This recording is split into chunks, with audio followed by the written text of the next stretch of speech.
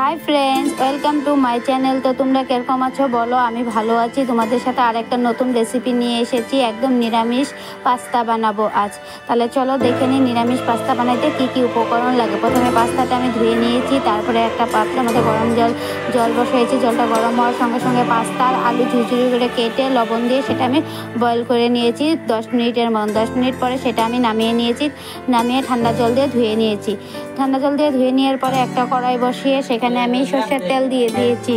আর তোমরা চাইলে সেখানে রিফাইন তেলও দিতে পারো। তো সর্ষের তেলটা গরম হওয়ার পরে আমি এখানে দিয়ে দিয়েছি 2টা টমেটো পেস্টটা 2 মিনিট লাড়াচাড়া করার পরে কাঁচা লঙ্কা দিয়েছি 5টা ঝুরঝুরি করে লঙ্কা দেওয়ার পরে সেটা 2 মিনিট লাড়াচাড়া করেছি। তারপরে সেখানে মশলা অ্যাড করেছি হলুদ, নুন, লঙ্কার গুঁড়ো আর জিরের গুঁড়ো। সেটা দিয়ে আমি 5 মিনিট ভাজা করে নিয়েছি। টমেটোর কাঁচা গন্ধটা চলে যাওয়ার পরে সেখানে আমি দিয়েছি 1 বাটি পনির ভাজা, সেটা ছোটো ছোটো করে কেটে নিয়েছি। তোমরা চাইলে এখানে কাঁচা পনির দিতে পারো। তো আমি ভাজা পনির দিয়েছি। সেটা দিয়ে বেশিক্ষণ আমি খুব বেশি ভাজবো না, জাস্ট অল্প টাইম ভেজে নেব ভাজা পনিরটা দিয়ে। সেটা ভাজার পরে সেখানে আমি পাস্তা আর আলু সিদ্ধ করে রাখাগুলো সেটা দিয়ে দেবো। তোমরা এখানে চাইলে আলুগুলো লাল করে ভেজে নিতে পারো। তো আমি আর ভেজে নিলাম না, একবারে বয়েল করে নিচ্ছি। সেটা এখন মশলার সাথে আমি এটা ভালো করে লাড়াচাড়া করে নেব 10 মিনিটের মতো।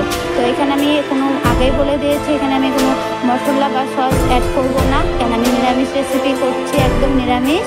তো তোমরা চাইলে এইভাবে বাড়িতে একদম করে খেয়ে দেখতে পারো। তো আমি রেসিপি ফার্স্ট টাইম খেয়েছি, ভীষণ ভালো লেগেছে। তোমাদের যদি এই ভিডিওটা ভালো লাগে লাইক, শেয়ার, কমেন্ট করো। আর বাড়িতে কিন্তু অবশ্যই একবার ট্রাই করে দেখো, ভালো লাগলে কমেন্ট করো। তো বাই।